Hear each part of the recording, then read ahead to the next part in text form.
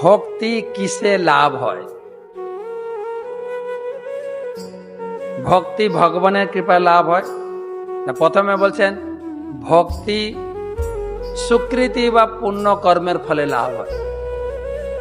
তো সেটা প্রত্যাখ্যান করলেন যে না, অনেকের পুণ্য কর্ম আছে, অনেকের সুকৃতি করছে, ভক্তি লাভ হচ্ছে না।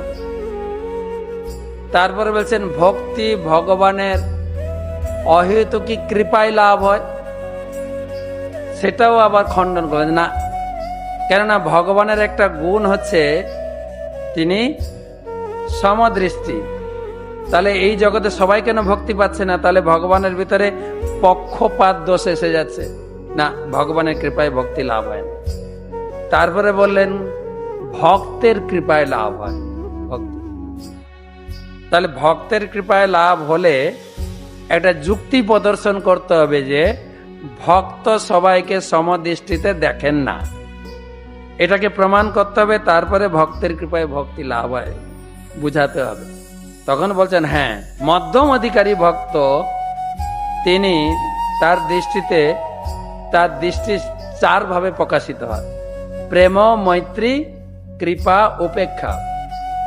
ভগবানের প্রতি প্রেম, ভক্তের প্রতি মৈত্রী, আর অজ্ঞ যারা সাধারণ মানুষ তাদের প্রতি কৃপা, বিদ্বেষীদের প্রতি উপেক্ষা। তাহলে এখানে বৈষম্য আছে ভক্তের। ভক্ত অজ্ঞদের প্রতি কৃপা করেন, তাহলে এটা সত্য। ভক্তের কৃপায় ভক্তি লাভ হয়।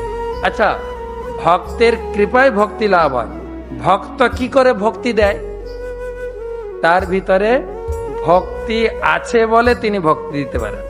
সুতরাং সিদ্ধান্ত হলো ভক্তি যদৃচ্ছয়া, ভক্তি নিজেই ভক্তের হৃদয়ে ভক্তি প্রকাশিত হয়। ভক্তি কারোর দ্বারা লাভ করা যায় না, ভক্তির দ্বারাই ভক্তি লাভ হয়, এর প্রমাণ করেছে।